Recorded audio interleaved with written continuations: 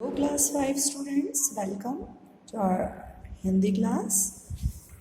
Take out lesson number 3 सच्चा हीरा. Students, आज हम क्लास में लेसन 3 जो है लीड करेंगे और लेसन 3 को समझेंगे. पार्ट का नाम है सच्चा हीरा. यहाँ पर सूर्यास्त का समय था. गांव के कुएं पर 4 स्त्रियां पानी भरने आई, है ना, जैसा कि आपको पिक्चर में दिख रहा है. अपने अपने घड़ों में वो पानी भर रही थी और आपस में क्या कर रही थी, बातें कर रही थी. और चारों एक दूसरे से बातें करते करते एक स्त्री जो कमला है वो कहने लगी कि भगवान सबको मेरे जैसा बेटा देना, मेरा बेटा लाखों में. कि तो किसने बोला? कमला ने. तभी विमला ने पूछा कि बहन तुम्हारा बेटा क्या करता है? कमला ने बताया मेरा बेटा गायक है. अब वो अपने बेटे की बहुत बड़ाई करने लगी. कोयल और बुलबुल से भी ज़्यादा अच्छा गीत गाता है, बड़े चाव से गाता है. अपने पुत्र की वो बहुत ही प्रशंसा करने लगी. उसकी बात सुनकर विमला का भी मन हुआ कि वो भी अपने बेटे की प्रशंसा करे.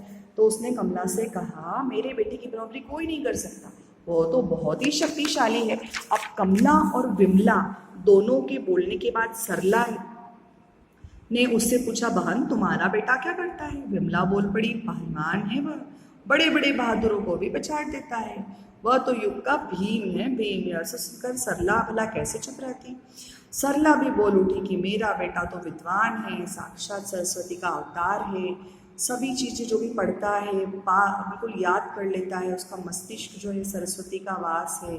लाखों करोड़ों में मेरा बेटा है. तो तीनों स्त्रियों की बात सुनकर चौथी स्त्री जो राधा थी कुछ न बोली, चुपचाप बैठी रही. उसने अपने बेटे के बारे में कुछ नहीं बताया. उसे गुमसुम मतलब चुपचाप देखकर कमला से रहा नहीं गया. उसने पूछ ही लिया क्यों बहन तुम क्यों चुप हो, तुम भी अपने बेटे के बारे में कुछ बताओ.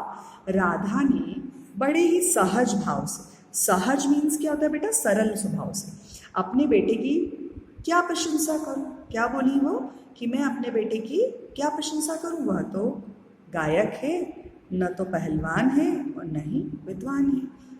राधा ने कहा कि मेरा बेटा तो न गायक है, न पहलवान है और न ही विद्वान है. तो विमला बोली तुम्हारे बेटे में कुछ तो गुण होगा. तब राधा चुप रही. सरला ने व्यंग किया तो क्या वह निठल्ला है? निठल्ला मीन्स होता है बेटा जिसे कोई काम ना आता हो. राधा फिर भी चुप रही. अब चारों स्त्रियां सर पर घड़े रखकर लौटने लगी. तभी किसी के गाने का सुंदर आवाज आने लगा. स्वर सुनकर कमला बोली सुनो मेरा हीरा बेटा गा रहा है. तुम लोगों ने सुना उसका कंठ कितना मधुर है. कमला का बेटा गाता हुआ उसी रास्ते से निकल गया जहाँ से चारों स्त्रियां लौट रही थी. उसके माँ की तरफ कोई ध्यान नहीं गया. इतने में विमला का बेटा भी आता हुआ दिखाई दिया. विमला उसे देखकर गर्व से बोली देखो यह मेरा दुलारा बेटा आ रहा है, इसकी ताकत में बराबरी कौन कर सकता है. उसका बेटा भी वहाँ से बिना ध्यान दिए निकल गया. चारों स्त्रियां कुछ आगे बढ़ी तो एकाएक सरला का बेटा उधर से संस्कृत के श्लोकों का पाठ करता हुआ निकला. सरला ने गर्व से कहा देखो यही है मेरा लाल, सरस्वती का अवतार.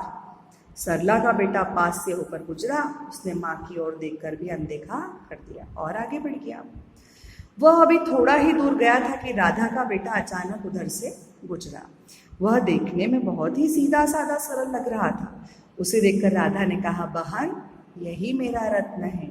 राधा उसके बारे में बता ही रही थी कि उसका बेटा पास आ पहुंचा. अपनी माँ को देखकर रुक गया और बोला माँ लाओ मैं आपका घड़ा पहुंचा दूं.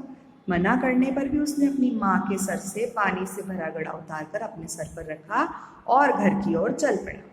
विमला, कमला और सरला बड़े ही आश्चर्य से राधा के बेटे को देखती रही. एक बूढ़ी औरत बहुत देर से उन स्त्रियों के पीछे पीछे चल रही थी और उनकी बातें भी सुन रही थी. उनसे रहा न गया और वो पास आकर बोली देखती क्या हो यही सच्चा हीरा है. तो स्टूडेंट्स जैसा कि हमने लेसन में पढ़ा कि सच्चा हीरा किसे कहा गया, सच्चा हीरा जो है वो राधा का बेटा कहलाया क्योंकि जो बाकी की जो तीनों स्त्रियां थीं उनके बेटों ने अपनी माता को घड़े भरकर जाते रास्ते में देखकर भी अनदेखा करा. पर जो राधा थी, राधा ही ऐसी स्त्री थी जिसके जो बेटे का नाम था वो बेटा माँ को देखकर अचानक ही उनके पास आकर बोलता है कि माँ ये घड़ा मुझे दे दो और मैं इस घड़े को घर तक स्वयं ले जाऊंगा। तो वहाँ पर उसने दया और करुणा का भाव दिखाया। तो स्टूडेंट्स वही सच्चा हीरा कहलाया। वो जो स्त्री थी, बूढ़ी स्त्री, उन्होंने कहा कि यही सच्चा हीरा है जो अपने माता पिता की सेवा करता है, जो माँ के दर्द को समझता है, माँ की परेशानी को जो समझता है। ओके स्टूडेंट्स, यहाँ पर आपको शब्दार्थ जो हैं वो पढ़ना है। चाओ मीन्स पसंद, प्रशंसा मीन्स बड़ाई, तारीफ, पछाड़ देना मीन्स हरा देना, पीछे छोड़ देना, साक्षात मीन्स सामने, प्रत्यक्ष, निवास मीन्स घर, गुमसुम मीन्स चुपचाप, सहज मीन्स सरल या आसान, निठल्ला मीन्स जिसे कोई काम ना आता हो, गर्व मीन्स घमंड। तो स्टूडेंट्स रीड एट होम, ये लेसन आपको घर पर अच्छे से पढ़ना है। रीडिंग की प्रैक्टिस डेली आप सभी को करना है। I hope you enjoy this story. Thank you so much student.